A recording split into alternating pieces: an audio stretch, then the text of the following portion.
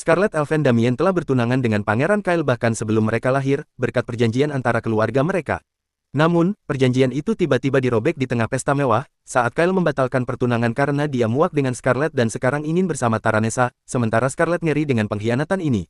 Para tamu di pesta itu bertepuk tangan untuk Kyle dan Taranessa saat dia menyatakan akan segera menikahinya. Dia tidak bisa memahami bagaimana mereka semua bisa mendukung si brengsek ini yang baru saja menendang tunangannya, tetapi dia segera tahu alasannya. Kyle memuji Taran, mengatakan bahwa dia wanita yang baik dan cerdas. Sementara Scarlett hanya seorang B** tanpa emosi, dia berkata bahwa berpura-pura bertunangan bahagia dengannya selama 17 tahun terakhir adalah aib terbesar dalam hidupnya, dan dia sangat senang bisa bebas darinya. Scarlett tidak siap menyerah begitu saja, dan dia mengingatkan Kyle bahwa pertunangan itu ditetapkan orang tua mereka, dan dia tidak bisa membatalkannya sendiri. Kyle membalas bahwa dia bisa membatalkan pertunangan tanpa persetujuan siapapun, karena Scarlett adalah penjahat kecil yang telah melecehkan Taran karena cemburu. Taran mulai bertingkah seperti korban saat Kyle mulai berbicara tentang bagaimana Scarlett membulinya di kampus akademi. Scarlett menyebut itu bohong karena dia bertemu Taran untuk pertama kalinya secara langsung karena mereka beda kelas. Namun, Kyle hanya punya 2 sel otak, dan dia kehilangannya setelah jatuh cinta pada Taran. Dia pikir Scarlett menghina tunangan barunya dengan menunjuk bahwa dia di kelas elit, sementara Taran dari kelas biasa. Dia berkata Taran telah bercerita tentang semua waktu Scarlett membulinya, termasuk menguncinya di toilet dan mendorongnya menuruni tangga. Dia menyebutnya penjahat kejam dan Scarlett memutuskan dia sudah cukup dengan si man-child yang menghinanya ini. Dia berkata pada Kyle bahwa dia tidak peduli dengan tuduhan itu lagi, dan dia akan menerima pembatalan pertunangan juga. Namun, dia meminta satu hal terakhir pada Kyle sebelum mengakhiri hubungan mereka untuk selamanya. Pangeran itu tidak mau memberikannya, tetapi Taran yakin akan kemenangannya, dan dia menyuruhnya mendengarkan wanita yang menyedihkan itu agar tidak ada penyesalan. Kyle mulai menjilat karena kebaikannya, lalu bertanya pada Scarlett apa yang dia inginkan. Perlahan dia berjalan ke arah mereka dan mengepalkan tangan dengan erat, memberitahu Kyle bahwa keinginan terakhirnya adalah meninju wajah si B** itu. Kyle terkejut dengan pernyataannya, dan bertanya apakah dia sudah gila. Tapi alih-alih menjawab, Scarlett melemparkan pukulan ke wajah Taran dengan bentuk yang paling anggun yang bahkan disetujui Muhammad Ali. Namun, di balik satu pukulan ini ada backstory yang panjang, dan mau tidak mau, kita harus duduk melalui semuanya untuk melihat hasilnya. Sejak kecil, Scarlett sangat suka memukul orang dan setiap minggu, dia akan memukuli jiwa yang tidak beruntung sampai pingsan dengan tinjunya. Kakaknya Leonardo selalu memberi ceramah tentang kecenderungan kekerasannya, tetapi Scarlett berkata dia melakukan ini untuk kebaikan yang lebih besar, sementara Leonardo tahu Scarlett menyelamatkan seorang rakyat biasa dari seorang bangsawan brengsek kali ini.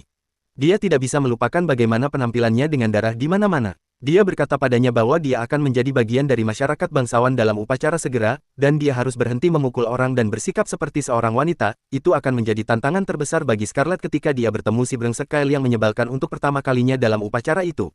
Dia berkata padanya bahwa dia akan menjadi pelayannya mulai hari itu, dan Scarlett menggunakan semua kemauannya untuk menghentikan keinginan meninju wajahnya, karena dia tahu dia adalah pangeran kedua negara ini, serta tunangannya. Itu hanya awal penderitaannya saat Kyle terus membulinya dan mengerjai dia, sementara tangannya terikat oleh situasi keluarga mereka. Bahkan ayahnya tidak bisa membantunya karena mereka berurusan dengan keluarga kerajaan, jadi Scarlett menahan siksaan itu selama bertahun-tahun. Akhirnya, dia berusia 15 tahun dan memasuki Akademi Nasional dengan nilai teratas, dan cepat mendapatkan banyak penggemar. Sayangnya, Kyle juga ada di sana, dan dia secara terbuka menyatakan bahwa dia akan melayaninya sebagai budaknya bahkan di akademi. Namun, Scarlett sudah kebal terhadap bullying dan amukannya sekarang, jadi dia menjaga wajah poker saat berurusan dengannya. Beberapa hari kemudian, Kyle masuk ke kelasnya dengan suasana hati yang sangat buruk, dan mulai menyalahgunakannya sambil menyuruhnya membelikannya makan siang. Scarlett meminta maaf dan berkata dia akan segera melakukannya, tapi si brengsek tidak puas, dan dia menyeretnya pergi untuk menghukumnya sambil meninggalkan antek-anteknya untuk mengawasi gadis-gadis itu agar tidak melaporkan kepada guru.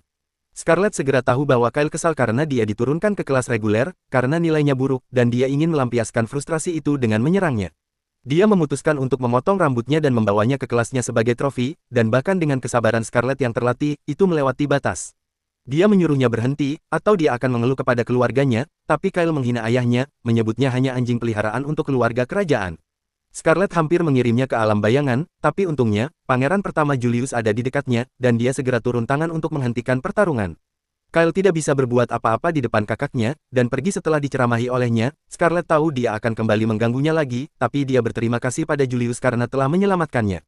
Dia membalas bahwa dia hanya menyelamatkan adik laki-lakinya sebelum mengobrol ringan dengan Scarlett, yang mulai menghormatinya karena karakternya yang baik. Dia tahu bahwa Pangeran Julius adalah kandidat teratas untuk menjadi raja berikutnya, tetapi para bangsawan korup takut padanya, dan mereka mendukung Kyle untuk menyelamatkan diri mereka sendiri. Namun, rasa hormatnya pada pangeran pertama segera berubah menjadi kecemburuan ketika dia mendapati bahwa Julius mencetak nilai sempurna di semua mata pelajaran, mengakhiri rekornya sebagai nilai teratas.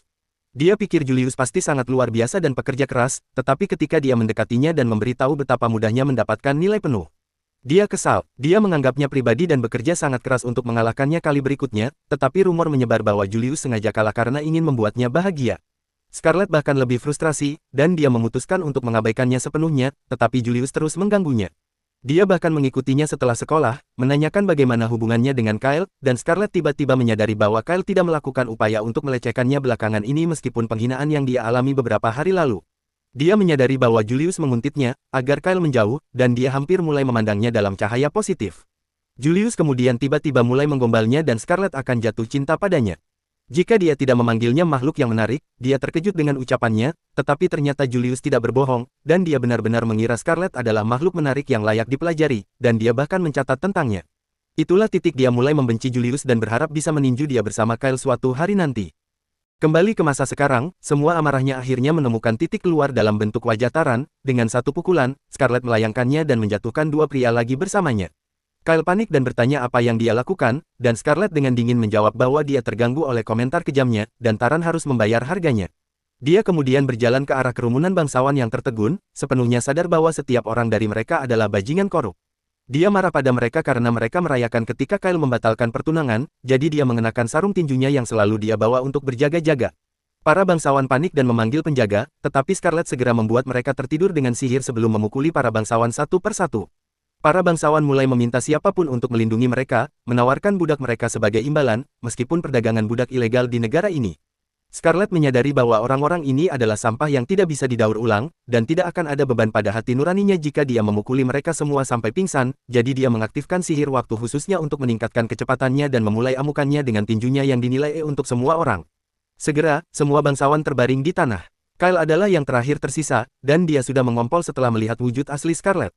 Dia berkata padanya bahwa sekarang gilirannya, dan saat dia akan meninjunya, kakaknya Leonardo datang untuk menghentikannya.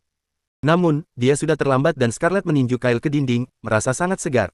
Sementara Leonardo ngeri melihat para bangsawan berserakan di tanah, Julius justru terhibur. Scarlett hampir tergoda untuk menamparnya juga, tetapi dia memutuskan untuk tidak melakukannya sekarang. Dia mendatangi Julius dan Leonardo untuk menyapa mereka, dan mereka menanyainya apa alasan di balik ledakan kekerasannya. Awalnya, Scarlett berbicara seperti ChatGPT, mengatakan bahwa mereka melakukan kejahatan tak terkatakan, dan kemudian mulai membenarkan diri sehingga dia menghukum mereka di tempat. Tetapi ketika Julius memintanya memberikan detail pastinya, dia menjawab bahwa mereka membuatnya jengkel jadi dia memukuli mereka sampai pingsan. Leonardo mendapat serangan jantung mendengar ini, tetapi Julius mulai tertawa, mengatakan bahwa dia berharap seseorang sudah menemukan kamera, karena dia benar-benar ingin melihat bagaimana Scarlett mengalahkan semua bangsawan.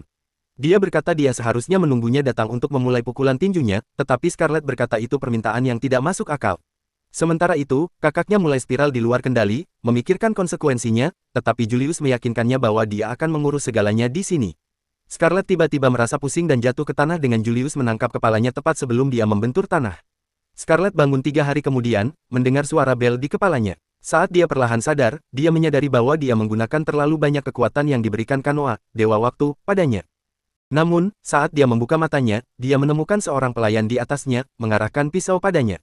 Scarlett dengan tenang bertanya pada pelayan itu siapa dia, tetapi dia berteriak padanya untuk mati dan mencoba menusuknya. Namun, dia tidak bisa mengalahkan waktu reaksi Scarlett dan langsung ditinju ke dinding.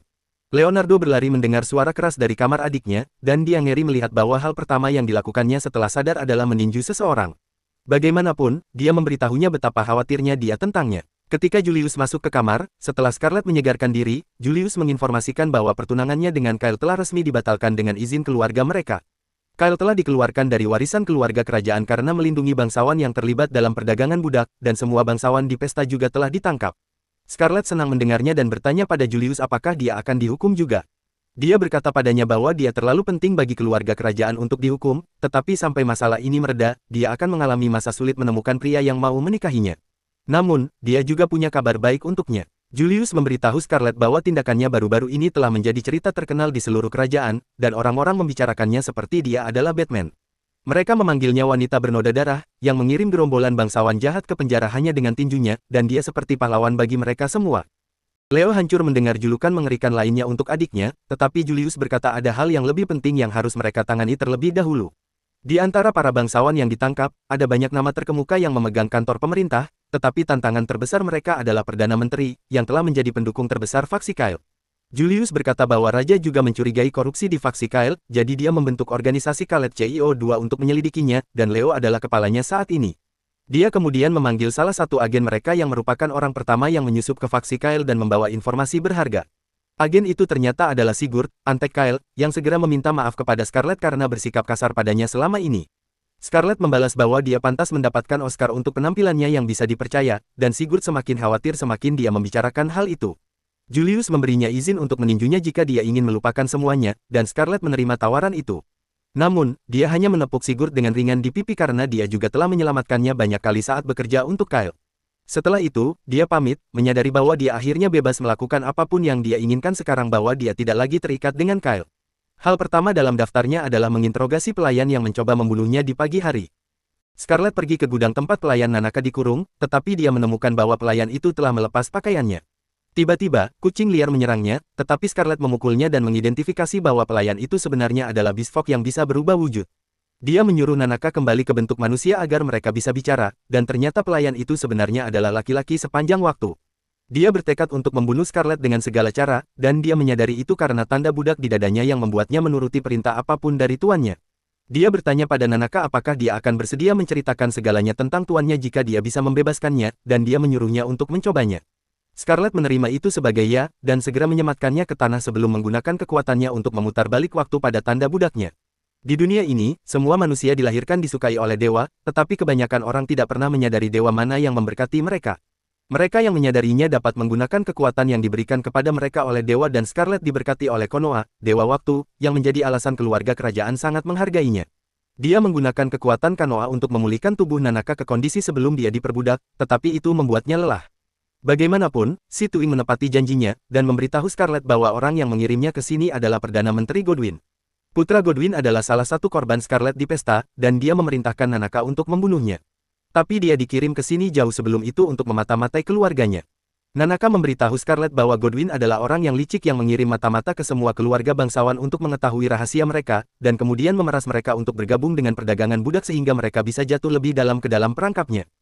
Yah, itu sudah cukup untuk Scarlet, dan dia bersiap untuk mengunjungi rumah Godwin untuk mengerjai asterisnya. Nanaka menyuruhnya berhenti karena Godwin selalu dikelilingi penjaga, tapi itu tidak akan menghentikan Scarlet, jadi pelayan yang baru saja dibebaskan itu berkata bahwa dia akan menemukan kesempatan yang lebih baik untuk memukulinya ketika dia menghadiri lelang budak dalam seminggu. Dia tidak tahu lokasi lelangnya yet, tapi dia berjanji pada Scarlet bahwa dia bisa menghubungkannya dengan pedagang budak, karena dia bersedia melakukan apapun untuk balas dendam pada bajingan yang memperbudaknya dan banyak orang dari spesiesnya. Scarlet dengan senang hati menerima bantuannya dan membawanya serta, tidak sadar bahwa Julius telah mendengar seluruh rencananya. Beberapa hari kemudian, Scarlet dan Nanaka pergi ke kawasan kumuh untuk menemukan pedagang budak, dan dia berbicara tentang sepotong mitril yang dia beli dari seorang anak dengan 1 koin emas. Nanaka berkata padanya bahwa dia telah ditipu, tapi Scarlet tidak mempercayainya. Dia kemudian menoleh ke Julius, yang ikut dengan mereka tanpa undangan. Awalnya, dia berkata bahwa dia ingin belajar lebih banyak tentang rakyatnya, karena itu akan membantunya menjadi raja yang lebih baik, tetapi ketika Scarlet mendesaknya, dia mengaku bahwa dia menguping percakapannya dan menyadari bahwa dia tidak bisa melewatkan kesempatan menghibur ini untuk melihat beberapa orang dipukuli sampai pingsan. Saat itulah, sekelompok preman datang, dan Scarlet bersemangat karena dia punya seseorang untuk dipukuli. Namun, Nanaka menyuruhnya menahan kecenderungan bertarungnya karena dia bisa berbicara keluar dari situasi itu. Dia mendekati para preman dan menawarkan untuk membayar mereka jika mereka membawa mereka ke pedagang bernama Jang, tetapi mereka menolak berbisnis dengan orang yang terlihat lemah seperti mereka. Mereka berbicara tentang bagaimana seorang anak memberitahu mereka bahwa seorang wanita kaya bodoh membeli batu darinya dengan 1 koin emas, dan mereka memutuskan untuk memanfaatkannya. Mereka juga memukuli anak laki-laki itu dan mengambil koin emasnya dalam perjalanan untuk menunjukkan bahwa yang kuat memangsa yang lemah dan mendengar itu membuat Scarlet jengkel. Dia memutuskan bahwa orang-orang ini pantas dipukuli dan meningkatkan kekuatannya sebelum menggunakan kekuatannya untuk meningkatkan kecepatannya. Dia dengan cepat memukul ketiga preman, dan kemudian mengumpulkan aura dari 2 yang tersisa, yang menyadari mereka berurusan dengan wanita bangsawan kasar yang terkenal. Bagaimanapun, Scarlet menjatuhkan pria bertambalan mata dan kemudian berbalik ke bandit terakhir, yang mengatakan bahwa yang kuat memangsa yang lemah. Dia berkata bahwa menurut logikanya, dia bebas melakukan apapun padanya, dan dia memohon ampun, berjanji akan mengembalikan uang kepada anak itu. Scarlett berkata padanya bahwa dia bisa melakukannya setelah dipukuli, tapi preman itu segera menggunakan lokasi pedagang budak sebagai alat tawar. Namun, dia dengan bodohnya segera mengungkapkan lokasinya, dan Scarlett berterima kasih padanya sebelum memukulnya Ko. Dia kemudian berbalik ke Julius, yang bertepuk tangan untuknya dan bertanya apa yang dia lakukan saat dia bertarung. Dia bertanya padanya apakah dia harus turun tangan dan Scarlett segera menolak. Setelah itu, Julius memutuskan untuk berbicara dengan pedagang budak Jang sendiri, khawatir dia mungkin mengidentifikasi Nanaka, atau bahwa Scarlett mungkin memukulinya sampai pingsan sebelum mendapatkan informasi darinya. Dia berhasil melakukannya dalam hitungan menit dengan menggertak dan mengancamnya, dan menemukan lokasi lelang budak berikutnya. Dalam perjalanan kembali, Scarlett memanggil Julius calon penipu, dan dia membalas bahwa itu masih lebih baik daripada menjadi maniak kekerasan. Nanaka bertanya-tanya apakah ini genre enemies to lovers yang sering dia dengar. Tapi tiba-tiba, Scarlett dan Julius sepaham saat mereka menanyainya tentang ide untuk menyusup ke lelang. Segera, Scarlett pergi mengunjungi seorang bangsawan bernama Zatorin, yang sebenarnya adalah pedagang budak yang kontaknya diberikan Jang kepada mereka. Zatorin sangat senang melihat pelanggan baru di depannya, tapi dia tetap berkata pada Scarlett bahwa tidak sopan bagi seorang wanita untuk pergi dan berbicara dengan orang hina seperti Jang hanya untuk mencapainya ketika dia bisa meminta bangsawan manapun yang dia kenal untuk alamatnya. Scarlett berkata bahwa sekarang tidak masalah dan kemudian bertanya pada Zatorin tentang hubungannya dengan Jang. Zat berkata bahwa mereka tidak memiliki hubungan bisnis, dan dia hanya menyewa Jang untuk membawakannya budak yang berpotensi berharga yang berakhir di kawasan kumuh. Scarlett bertanya padanya apa maksudnya, dan dia menjawab bahwa kurcaci, elf, bisman, dan spesies lainnya masuk dalam kategori berharga, dan kemudian dia menunjuk pada Nanaka, mengatakan bahwa bisman itu juga spesimen yang sangat berharga, saat Nanaka cemas mendengarnya. Scarlett bertanya pada Zat bagaimana dia tahu pelayannya adalah bisman, dan dia menjawab bahwa dia memiliki cukup pengalaman di bidang ini. Dia mulai tertawa dengan itu, dan Scarlett hampir tergoda untuk memukulinya di sana, tapi Nanaka menghentikannya, berkata bahwa mereka harus tetap pada rencana. Bagaimanapun, begitu si bajingan sakit itu berhenti tertawa, dia bertanya pada Scarlett budak seperti apa yang dia inginkan. Dia memberitahunya bahwa dia mendengar tentang lelang budak yang akan diadakan di ibu kota segera, dan dia ingin menghadirinya. Zatorin serius mendengarnya, dan berkata bahwa untuk bergabung dengan lelang, dia perlu diverifikasi. Untuk itu, dia perlu mengungkapkan statusnya kepada orang lain di lingkaran lelang, dan membeli atau menjual setidaknya 6 budak. Scarlett menawarinya uang berapapun yang dia inginkan, tapi Zatorin membalas bahwa itu bukan tentang uang. Sebaliknya, dia berkata bahwa jika dia bisa memberikannya budak Bisfok yang dia miliki, dia akan membawanya ke lelang sebagai putri dari kerabat jauh. Scarlett sangat marah mendengarnya, tapi dia somehow mengendalikan amarahnya dan tersenyum sopan, berkata bahwa jika hanya ini yang diperlukan untuk memasuki lelang, dia siap memberikan budak itu padanya. Segera setelah itu, Scarlett dan Nanaka meninggalkan mansion, dan dia masih tidak percaya bahwa perdagangan budak dilakukan begitu terbuka di kerajaan. Dia juga senang bahwa semuanya berjalan sesuai rencana, dan Zat berperilaku persis seperti yang diprediksi Nanaka. Nanaka juga terkejut melihat bahwa Scarlett tidak menggunakan tinjunya untuk menyelesaikan semua masalah, dan dia mulai mencubitnya karena bercanda. Saat mereka pulang setelah itu, Scarlett bertanya pada Nanaka apakah dia yakin dengan ini, karena meskipun dia bisa menghapus tanda budaknya afterward, dia tidak bisa melindunginya ketika dia menjadi budak. Nanaka menjawab bahwa kedengarannya seperti dia akan melelangnya, dan dia tidak akan membiarkan siapapun merusak barang dagangannya sebelum lelang. Dia menambahkan bahwa dia melakukan ini untuk menebus kejahatan karena mencoba membunuhnya, dan kemudian tiba-tiba mulai menguap. Scarlett mengerti bahwa Bisfok kebanyakan aktif di malam hari dan tidur di siang hari, dan saat itu juga, Nanaka berubah menjadi bentuk animalnya saat dia tertidur di pelukan Scarlett. Dia membawanya kembali ke penginapan tempat Pangeran Julius menunggu mereka. Scarlett memberitahunya bahwa negosiasi berhasil, dan dia terkejut mendengar bahwa dia bisa menangani situasi tanpa meninju siapapun. Scarlett sudah kesal dengan komentar ini, dan kemudian Julius berkata bahwa dia seharusnya bersamanya untuk melihat kesempatan langka ini di mana dia menyelesaikan sesuatu tanpa kekerasan, tapi Pangeran Negara tidak bisa pergi membeli budak. Scarlett tidak berencana berurusan dengannya, jadi begitu dia menidurkan Nanaka, dia memutuskan untuk pergi keluar untuk mencari udara segar. Julius berkata bahwa dia juga memikirkan hal yang sama, dan dia menemaninya, tetap dekat dengannya sepanjang waktu. Scarlett jengkel dengan ini, tapi Julius terus mengikutinya, berkata bahwa dia ada urusan di jalan ini.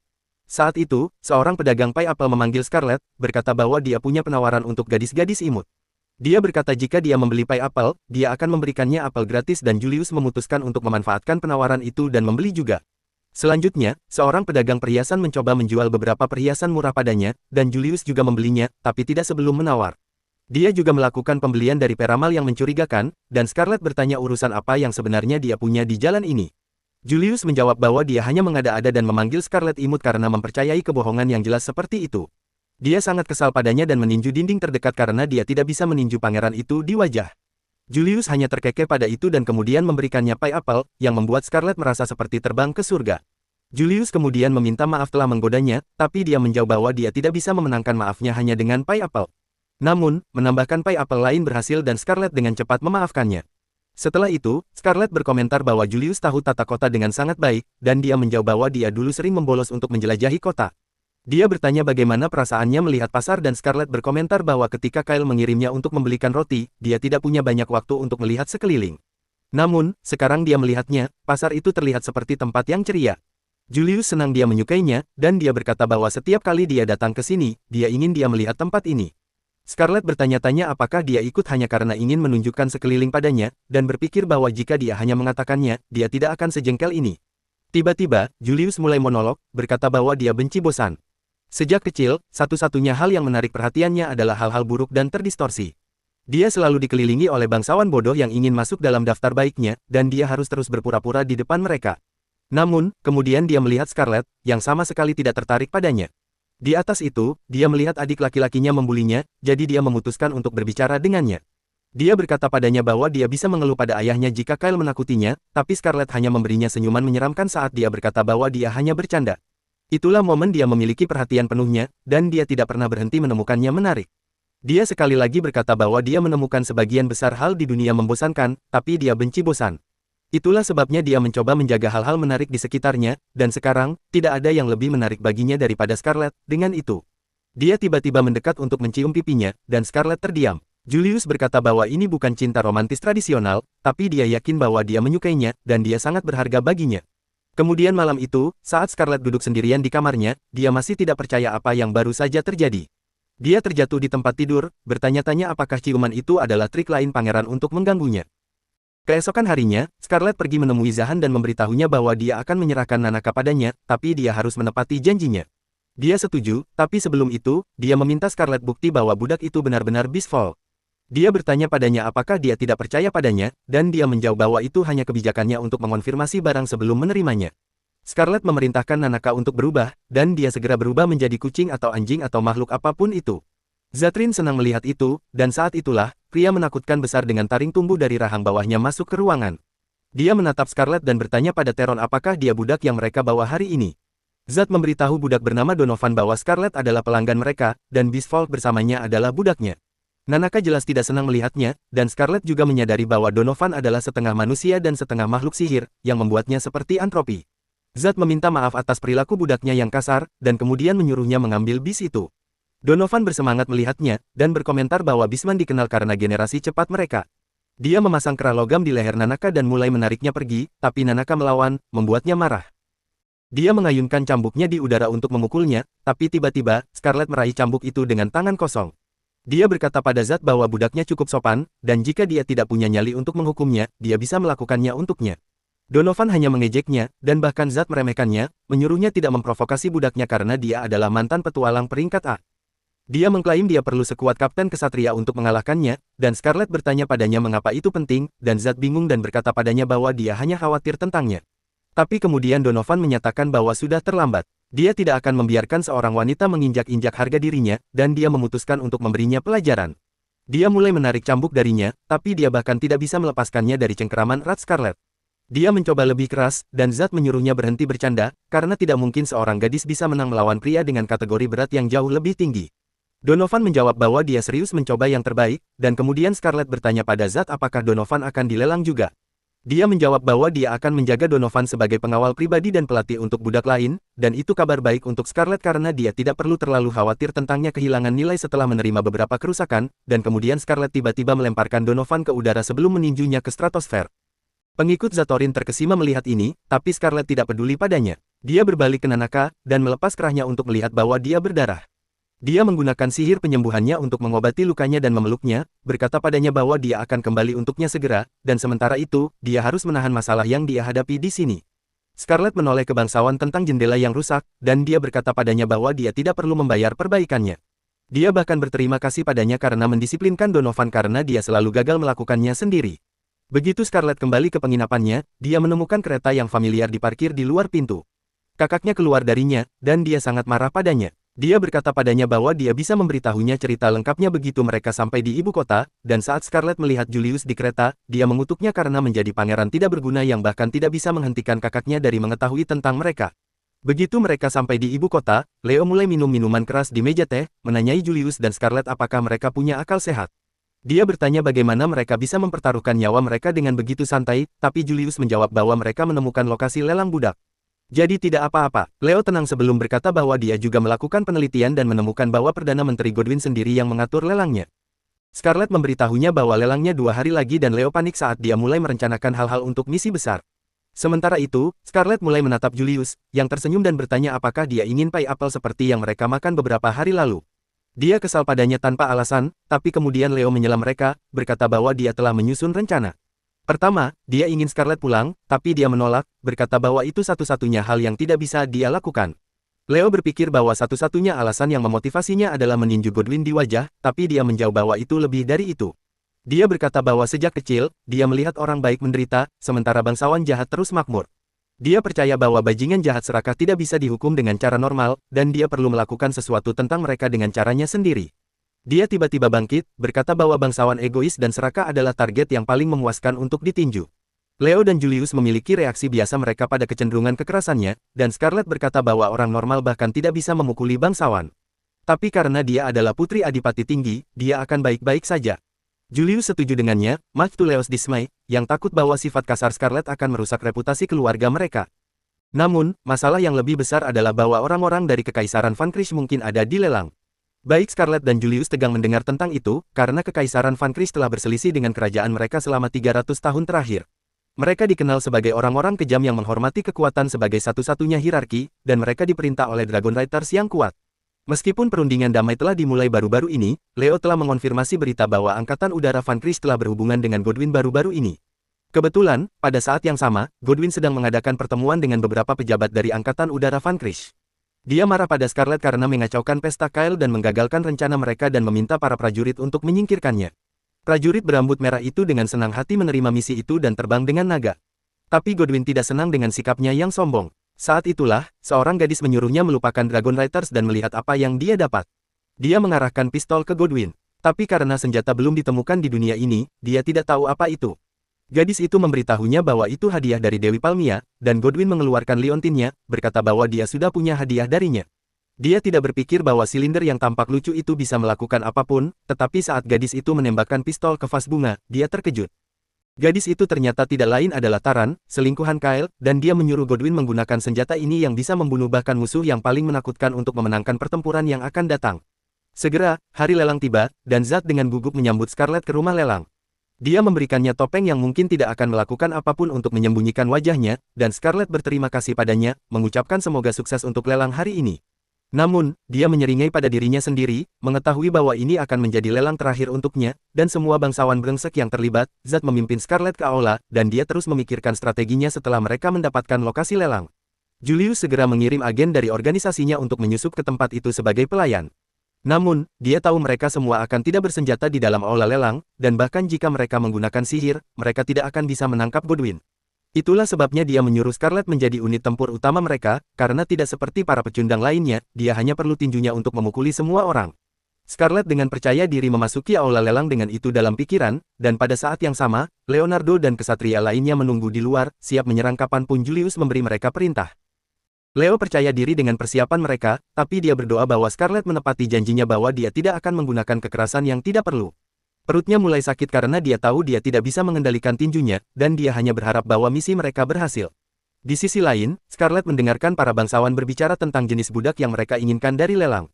Mereka semua memiliki selera yang berbeda, tetapi mereka setuju bahwa daya tarik utama untuk lelang malam ini adalah Beast Folk yang bisa berubah wujud. Saat itulah, lampu padam dan Scarlett tidak sengaja menabrak seorang pria. Dia meminta maaf dan pergi, dan dia merasa seperti pernah mendengar suaranya sebelumnya. Namun, dia tidak punya banyak waktu untuk memikirkannya, karena pembawa acara memasuki panggung, dan secara resmi memulai lelang. Dia pertama membawa wanita burung bersayap satu ke panggung, dan para bangsawan segera mulai menawar. Scarlett memperhatikan mereka dari balkon, hampir tidak mengendalikan amarahnya ketika tiba-tiba Julius datang ke sana. Dia bertanya apa yang dia lakukan di sini ketika dia seharusnya memimpin misi, dan dia menanggapi bahwa dia datang untuk memeriksanya. Scarlett mulai berjalan pergi, tapi Julius mengikutinya, bertanya padanya apakah dia sudah menemukan Godwin. Dia menjawab bahwa dia belum melihatnya, tapi dia punya ide tentang di mana dia bisa berada.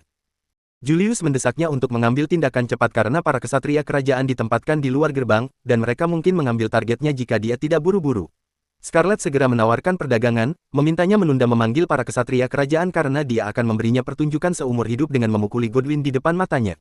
Julius langsung tertarik mendengar tawarannya, karena itulah alasan dia bergabung dengan pasukan penyamaran. Namun, hanya mendapatkan pertunjukan Perdana Menteri yang terpukuli tidak cukup baginya, dan dia bertanya pada Scarlet apa yang akan dia berikan padanya sebagai imbalan untuk menunda perintah kepada para kesatria.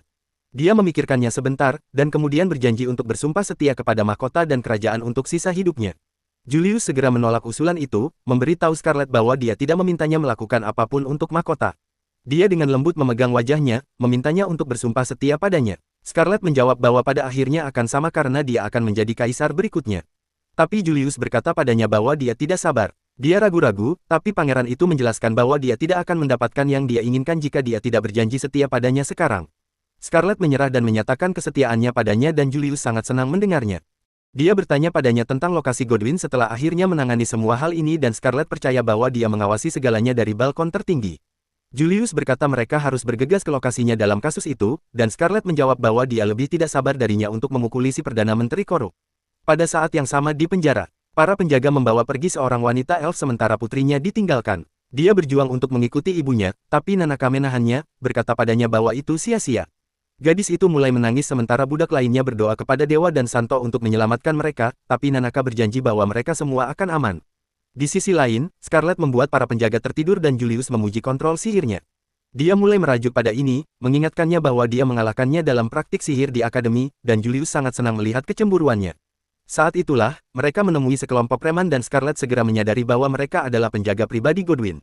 Dia memutuskan untuk memperlakukan mereka sebagai hidangan pembuka sebelum hidangan utama dan melepas sarung tangannya untuk memakai brass knuckles bertatahkan berlian.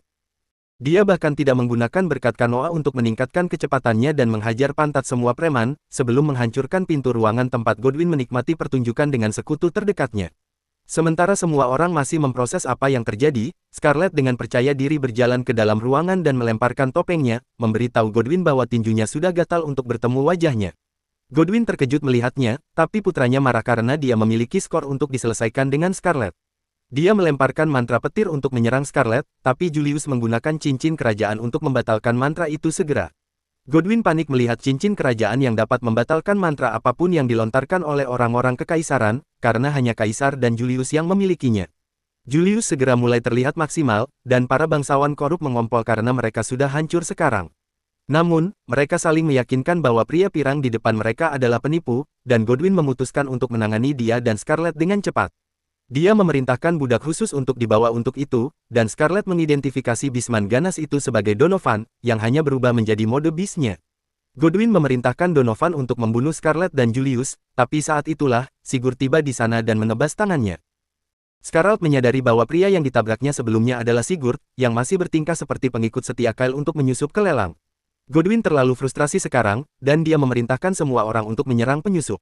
Sigurd memimpin di sisi lain dan menyuruh Scarlet dan Julius tetap di belakangnya. Namun, Scarlet meraih kerahnya dan menariknya kembali, berkata bahwa para bangsawan di sini adalah targetnya, dan dia tidak akan menyentuh mereka. Sub itu menjadi Loki yang terangsang saat Scarlet berkata bahwa dia hanya diizinkan untuk melawan Donovan sementara dia akan menangani sisa sampah. Dia segera menerima perintahnya dan membiarkan Scarlet memiliki waktu hidupnya dengan mengayunkan para bangsawan dan menciptakan pusaran mini. Tidak ada yang bahkan berani mendekatinya melihat senyum mengancamnya, tapi Scarlet mendatangi mereka semua satu persatu, melemparkan beberapa dari mereka keluar balkon dalam amukannya. Segera setelah itu, Leo bergegas masuk untuk memeriksa apa yang terjadi karena dia tidak pernah mendapat sinyal dari pangeran, dan dia ngeri melihat visual berdarah. Scarlet berdiri dengan bangga di depan tumpukan bangsawan yang dikalahkan dan Leo berpikir bahwa dia akhirnya menjadi pembunuh massal. Scarlet memberitahunya bahwa dia menahan diri jadi tidak ada yang benar-benar mati, tapi saat itu juga, mereka melihat Sigurd kesulitan melawan Donovan. Tamu lainnya lari dalam kepanikan, dan Leo berpikir bahwa beberapa dari mereka mungkin lolos pada tingkat ini. Julius setuju dengannya dan memutuskan bahwa mereka harus memobilisasi para kesatria, tapi Scarlet mengingatkannya bahwa dia belum memukuli Godwin. Meskipun demikian, Julius memerintahkan Leo untuk mengirim para kesatria setelah Godwin dan Scarlet berkata bahwa ini bukan yang dia janjikan. Dia meyakinkannya bahwa hanya dia yang akan mendapatkan hak untuk memukuli Perdana Menteri sampai pingsan. Leo berbalik mendengar ini dan bertanya apa yang terjadi. Julius menjelaskan bahwa dia telah bertukar janji dengan Scarlet, jadi dia harus menepati janjinya padanya. Leo terkejut mendengar ini, karena dia berpikir bahwa Julius dan Scarlet telah bertukar janji pernikahan. Dia menjadi emosional berpikir bahwa adik perempuannya akhirnya menemukan pria yang ingin dia habiskan hidupnya, tapi Scarlett tidak mengerti mengapa dia begitu dramatis. Julius menyadari bahwa mereka berdua agak bodoh dalam membaca situasi, tapi dia memutuskan untuk mengabaikan mereka dan mengirim sinyal kepada para kesatria yang menunggu di luar. Segera, Leo juga pulih dari ledakan dramatisnya dan menggunakan keterampilan khususnya Kalet Clairvoyance untuk memindahi seluruh mansion. Dia menemukan Godwin dan putranya menuju atap dan segera setelah itu, dia melihat naga melayang di atas atap. Ketiganya bergegas ke atap, dan Julius berkomentar bahwa teorinya bahwa Godwin bekerja dengan pengendara naga kekaisaran Vanquis ternyata benar. Dia berkata bahwa mereka perlu bergegas atau Godwin akan melarikan diri, tapi sayangnya, mereka ada di ruang bawah tanah, dan ada 5 lantai di jalan mereka. Scarlett punya cara untuk mengatasi kesulitan, dan dia melepas sepatunya saat dia menyuruh Leo membebaskan Nanaka dan semua budak lainnya. Dia kemudian mengaktifkan kekuatan akselerasi, melintasi seluruh tangga dalam satu lompatan. Dia melompat di sekitar dinding sebelum menghancurkan jendela, dan kemudian melompat langsung ke atap. Menggunakan banyak kekuatannya sekaligus membebani tubuhnya, tapi naga itu serta Godwin ada dalam pandangannya sekarang. Dan dia tidak bermaksud membiarkan si bajingan tua itu lolos. Sementara itu, Godwin dan putranya mencapai pengendara naga dan mulai menghinanya. Mereka berkata bahwa prajurit biasa seperti dia harus turun dari naga dan bertemu mereka di tempat yang setara, tapi pengendara naga itu jengkel pada mereka. Dia memanggil mereka manusia rendahan dan memerintahkan naganya untuk menangani mereka.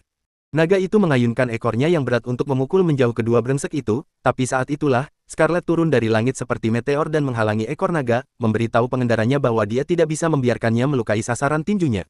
Dia sudah menginjak-injak putra Godwin di bawah kakinya dan dengan santai berkata padanya bahwa dia yang berikutnya. Namun, pengendara naga tiba-tiba melompat turun, memberitahu Scarlett bahwa dia tidak pernah mengharapkan seseorang menghentikan ekor naganya hanya dengan satu tangan. Dia berlutut di depannya dan melemparkan hoodnya, berkata bahwa dia telah jatuh cinta padanya. Dia memintanya menikah dengannya, membuat semua orang terkejut, tapi Scarlett menolak proposalnya dan memukulnya pergi. Naga itu mencoba membalas tuannya dengan menyerang Scarlett, tapi dia meraih mulutnya dan menyematkannya ke tanah. Pada waktu itu, pengendara naga kembali bangkit, dan setelah melihat Scarlett mengalahkannya dan naganya, dia bahkan lebih tertarik padanya. Dia sekali lagi memintanya menerima proposalnya, tapi dia meninju perutnya untuk mengambil napasnya. Si rambut merah masih terus berbicara tentang betapa cantik, kuat, dan anggunnya dia, jadi Scarlett menendangnya pergi, berpikir bahwa ini akan cukup untuk menjatuhkannya. Namun, dia bangkit, dan meskipun dia hampir tidak bisa berdiri, dia masih ingin Scarlett menikah dengannya karena dia belum pernah melihat wanita kuat seperti dia. Scarlett menyuruhnya berhenti bertingkah seperti orang bodoh karena dia tahu bahwa dia adalah Alflame, pangeran pertama kekaisaran Vanquis yang datang ke sini untuk membunuh Godwin yang tidak kompeten. Godwin panik mendengar ini, dan kemudian Alflame mengonfirmasi pernyataan Scarlett. Dia menyatakan bahwa dia datang untuk membunuh Godwin dan pengikutnya karena pengkhianat seperti mereka adalah ancaman terbesar bagi perdamaian kedua negara. Al melemparkan tombaknya pada Godwin untuk menyelesaikannya dengan cepat, tapi Scarlett menghancurkan tombak itu dengan tendangan, menyuruhnya mundur. Pangeran itu segera mendekat dan meraih kakinya, dan Scarlett memperhatikan bahwa dia hanya berpura-pura lemah sebelumnya karena tubuhnya masih terlihat dalam kondisi prima. Dia bertanya padanya apakah dia benar-benar percaya diri pada ketahanannya dan Godwin menegaskan, berkata bahwa dia memiliki berkat untuk membuat tubuhnya sekeras baja, jadi dia tidak bisa dikalahkan oleh serangan fisik. Dia memberitahu Scarlett bahwa serangannya tidak akan bekerja padanya, jadi dia harus membiarkannya menyelesaikan Godwin, tapi dia menolak, berkata bahwa dia punya cara untuk mengalahkannya. Dia kemudian tiba-tiba meraih kepalanya dan Al menurunkan kewaspadaannya, berpikir bahwa dia akan menciumnya. Namun, Scarlett mendorong kepalanya ke bawah dan memukulnya dengan kekuatan penuh, memberinya banyak tendangan lutut ke wajah.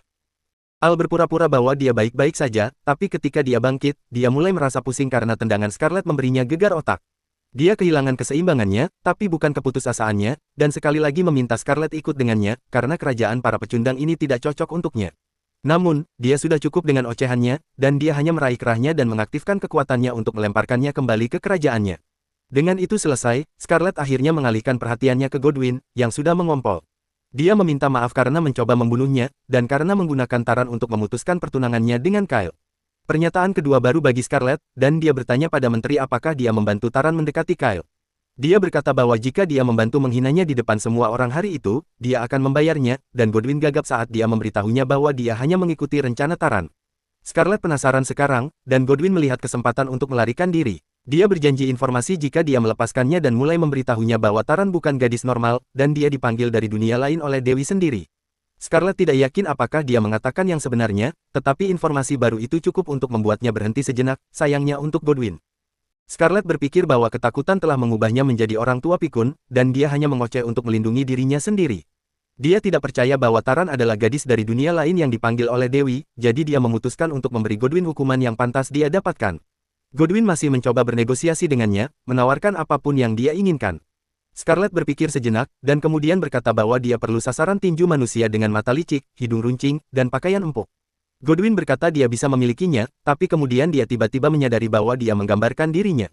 Scarlett menunggu ini, dan dia menggunakan kekuatan Kronowa untuk membuat waktu di sekitarnya mengalir 100 kali lebih lambat dari biasanya, sementara dia satu-satunya yang bisa bergerak normal. Dia meninju Godwin atas nama orang-orang yang telah dia eksploitasi, dan mereka yang dia culik untuk dijual sebagai budak. Dia meninjunya karena merusak hidup Nanaka, dan juga karena mencoba membunuhnya. Dan akhirnya, dia meninjunya hanya karena dia ingin memukulinya, tepat saat Scarlett mendaratkan pukulan terakhir. Sihir waktunya habis, dan Godwin menerima kerusakan tertunda dari semua pukulan sekaligus. Dia dengan sopan membungkuk saat Godwin terlempar. Tapi kemudian tiba-tiba, dia jatuh berlutut karena menggunakan terlalu banyak kekuatan Kronowa. Rambutnya berubah hitam dari ujungnya, dan tangannya mulai berdarah juga. Scarlett khawatir kakaknya akan kecewa padanya. Dia kehilangan keseimbangan, tapi Julius tiba di sana tepat saat itu untuk menahannya. Dia menggunakan kekuatannya untuk menyembuhkannya sambil berkomentar bahwa dia tidak akan bisa percaya bahwa seorang manusia bertarung di sini jika dia tidak mengenalnya secara pribadi. Segera, Leo dan yang lain juga datang ke sana dan mulai bertanya pada Scarlett apakah dia baik-baik saja.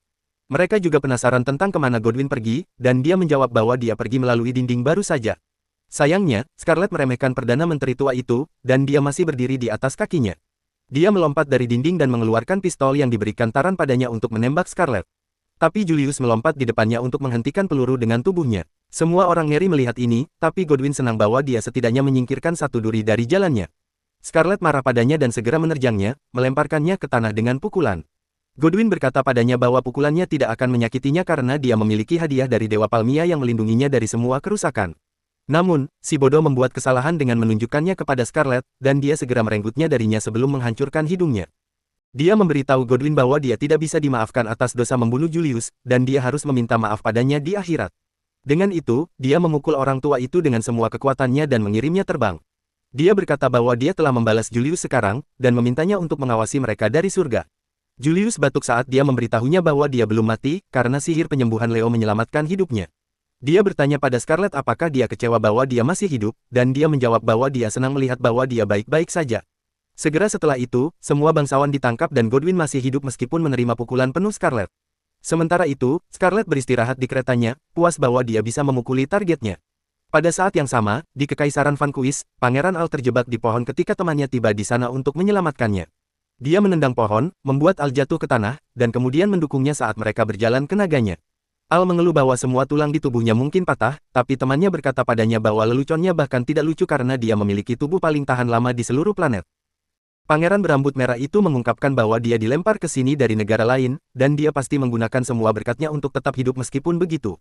Segera, mereka mencapai naga dan terbang pulang, dan dalam perjalanan, si pirang bertanya pada Al apakah dia bisa bermain dengan mainan yang dia inginkan. Al memikirkan Scarlett, berkata bahwa dia menikmati bermain dengannya jauh lebih dari yang dia harapkan, dan dia ingin bertemu lagi segera, kembali di kerajaan. Berita tentang Scarlett menghentikan lelang budak menyebar seperti api, dan semua orang mulai memanggilnya penyelamat kerajaan. Pers mengunjungi Akademi Kerajaan untuk berbicara dengan teman-temannya tentang hobi dan hewan peliharaannya, dan sementara para gadis bertanya-tanya apakah Scarlett akan memiliki kucing yang lucu dan berbulu atau anjing yang anggun, hewan peliharaan terbarunya adalah naga bernama Rex yang ditinggalkan Al. Sementara Scarlett melatih naga, Nanaka menatapnya dari kejauhan dengan cemburu. Saat itu juga, pelayannya tiba di sana, dan memberitahunya bahwa dia memasok semua pedagang di kota dengan barang yang dia temukan. Dia tidak yakin apakah itu akan laku karena agak unik, tapi Scarlett yakin bahwa setidaknya Julius akan membeli banyak. Sang pelayan kemudian menunjukkan bahwa Nanaka tampaknya cemburu dengan hewan peliharaannya yang baru, dan Scarlett memanggilnya untuk datang dan bermain dengannya juga. Nanaka dengan senang hati berubah menjadi anak anjing dan berlari ke arahnya.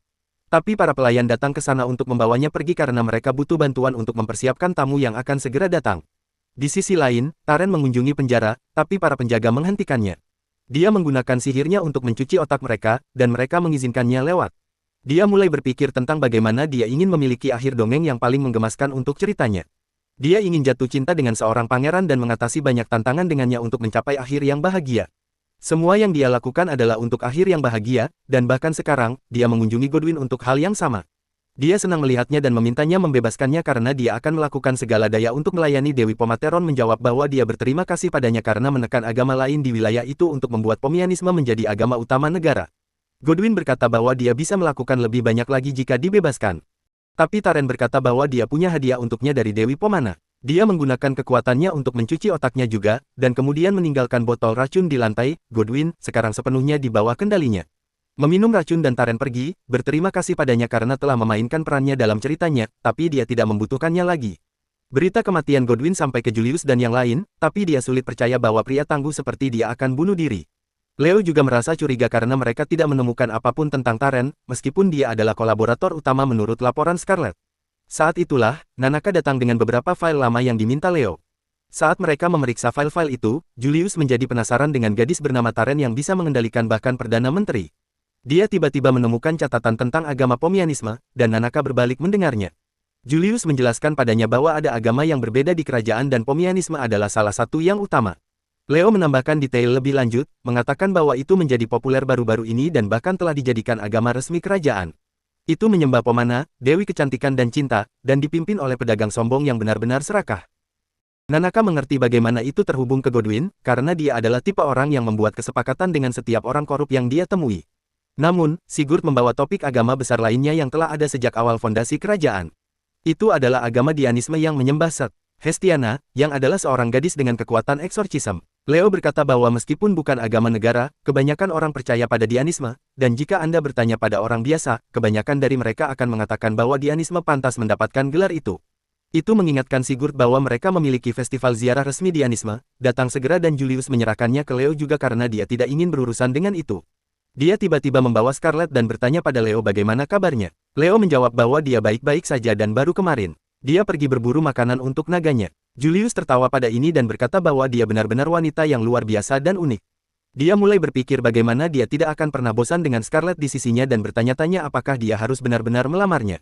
Leo bersinar dengan sukacita saat dia memberitahu Julius untuk berhenti bercanda karena dia telah bertukar janji dengannya. Nanaka dan Sigurd tertegun mendengar ini dan Leo memberitahu mereka bahwa Julius dan Scarlet telah menjanjikan hidup mereka satu sama lain.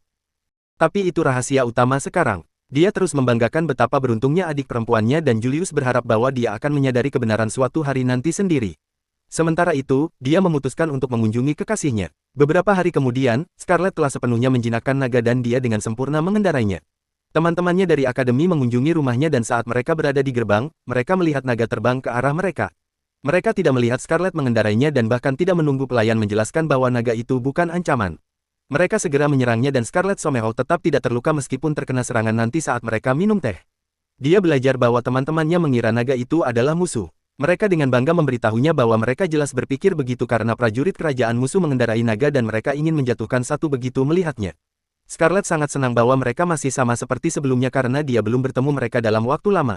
Para gadis mulai bertengkar tentang bagaimana mereka adalah bos di asrama putri tanpa Scarlet berada di sana. Setelah itu, mereka menyuruh Scarlet cepat sehat dan kembali ke akademi karena hampir waktunya untuk kelulusan dan mereka tidak ingin lulus tanpanya. Gadis berambut ungu berkata bahwa dia ingin cepat lulus dan menikah dengan pria baik. Scarlet telah mendengar bahwa gadis itu sudah banyak pelamar tapi dia menjawab bahwa tidak ada yang serius. Dia ingin seorang pria yang bersedia mempertaruhkan nyawanya untuknya dan meskipun Scarlet senang mendengar tentang mimpinya, itu mengingatkannya pada bagaimana Julius mempertaruhkan nyawanya untuk menyelamatkannya. Dia tidak yakin bagaimana perasaannya tentang itu tapi kemudian teman-temannya bertanya padanya apakah dia punya rencana untuk menikah. Scarlet tidak punya jawaban untuk pertanyaan itu tapi dia diselamatkan dari menjawabnya saat Nanaka masuk ke kamarnya. Dia memberitahunya bahwa dia sibuk sekarang dan akan bermain dengannya nanti tapi Nanaka memberitahunya bahwa dia tidak di sini untuk bermain. Dia di sini dengan tamu dan tamunya ternyata tidak lain adalah Julius. Para gadis terkejut melihatnya di sini dan saat dia menyapa mereka, mereka berdiri dan gugup menyapanya. Julius bertanya apakah dia mengganggu mereka dan sementara Scarlet berkata bahwa dia mengganggu waktu tehnya dengan teman-temannya tapi para gadis lebih dari senang untuk menyerahkan waktu teh itu untuk perusahaan pangeran. Dia bertanya pada mereka apakah dia bisa meminjam Scarlet sebentar dan Scarlet tidak suka cara dia mengatakannya. Julius, tidak terganggu oleh reaksinya, bergerak ke arahnya dan mengambil tangannya. Mengatakan padanya bahwa dia ingin membahas sesuatu secara pribadi. Para gadis mulai meneteskan air liur melihat adegan itu dan mereka berkata pada Julius untuk meminjamnya selama yang dia suka. Scarlet merasa dikhianati seperti yang dirasakan Caesar ketika Brutus menikamnya. Dengan itu, Julius membawa Scarlet keluar dan bertanya apakah dia mendengar bahwa Godwin meninggal saat ditahan. Dia menegaskan dan kemudian Julius menambahkan bahwa dia menyelidiki Taran sesuai laporannya tapi Kyle tidak tahu apa-apa tentangnya. Mereka tidak memiliki petunjuk tentangnya jadi penyelidikan benar-benar dihentikan. Scarlet akhirnya mengerti mengapa dia ingin berbicara secara pribadi karena mereka tidak bisa membahasnya di depan teman-temannya. Julius memperhatikan reaksinya dan bertanya apakah dia ingin membicarakan hal lain. Scarlett menjawab bahwa tidak ada yang ingin dia bicarakan dan bertanya padanya apakah dia punya hal lain untuk ditambahkan. Julius berkata bahwa rambutnya belum kembali normal dan dia menegaskan berkata bahwa dia berencana mengunjungi pemandian air panas segera untuk pulih secara mental dan fisik. Julius berkata padanya bahwa itu ide bagus karena dia adalah sumber daya yang sangat diperlukan bagi kerajaan mereka dan dia harus melakukan apapun yang dia butuhkan untuk tetap dalam kondisi terbaik. Dia berkata dia tidak ingin kehilangan dia karena hal kecil dan Scarlett menjawab bahwa dia merasakan hal yang sama untuknya. Julius terkejut dengan itu dan Scarlett memberitahunya untuk tidak pernah melakukan sesuatu yang sembrono seperti mengorbankan dirinya untuknya. Dia berkata bahwa dia senang bahwa keluarga kerajaan menghargai berkatnya begitu banyak tetapi jika sesuatu terjadi pada raja masa depan karena dia tidak akan pernah bisa memaafkan dirinya sendiri. Julius tiba-tiba menghentikannya bertanya apakah dia boleh memetik mawar di sini dan dia memberinya izin. Julius mulai memetik mawar saat dia mengingatkan Scarlett pada waktu mereka pergi ke pasar bersama. Dia berkata bahwa lama lalu, orang tuanya juga menyamar sebagai rakyat biasa untuk menikmati pasar dan Scarlett terkejut mendengarnya karena mereka terlihat seperti orang yang sangat serius. Julius berkata bahwa mereka hanya serius dan ketat di luar tetapi mereka sangat romantis secara pribadi. Dia memberitahunya bahwa ayahnya, raja, memberi ibunya ribuan hadiah untuk mendapatkan perhatiannya tetapi dia hanya bosan dengan mereka. Namun, dia memberinya satu hadiah yang membuat hatinya berdebar dan dia berkata ya untuk menikahinya. Hadiahnya adalah mahkota bunga mawar yang dia buat dengan tangannya sendiri dan sekarang Julius melakukan hal yang sama. Dia memasang mahkota mawar di kepala Scarlett memberitahunya bahwa dia membutuhkannya. Dia memberitahunya bahwa dengan dia, dunianya berwarna dan penuh dengan hal-hal indah tetapi tanpa dia itu abu-abu dan hambar. Dia kemudian dengan lembut memegang wajahnya mengatakan bahwa dia telah mencuri hatinya dan hati Scarlett berdebar kencang. Dia menjadi lemah di lututnya saat Julius mendekat dan memintanya untuk tinggal bersamanya selamanya. Scarlett cenderung mengatakan ya tetapi kemudian Julius memanggilnya mainan paling tercintanya dan suasana hatinya memburuk. Dia bertanya apakah dia benar-benar menaruh cinta dalam membuat mahkota mawar ini dan dia menegaskan mengatakan bahwa dia menaruh cintanya untuk mainannya yang paling menghibur di dalamnya. Scarlett kesal sekarang tapi Julius pergi tanpa peduli mengatakan bahwa dia tidak menyadari dia sama terpesona oleh fantasi romantis seperti gadis lain seusianya. Dia berkata bahwa dia hampir lupa dia adalah manusia setelah melihatnya memukuli bangsawan ke kiri dan kanan dan dia tidak bisa menebak bahwa dia ingin pengakuan romantis. Scarlett tidak memberinya jawaban tetapi malah memakai sarung tangan brass knuckle-nya bertanya pada Julius apakah dia memiliki izin untuk memukulinya tetapi disinilah video ini berakhir.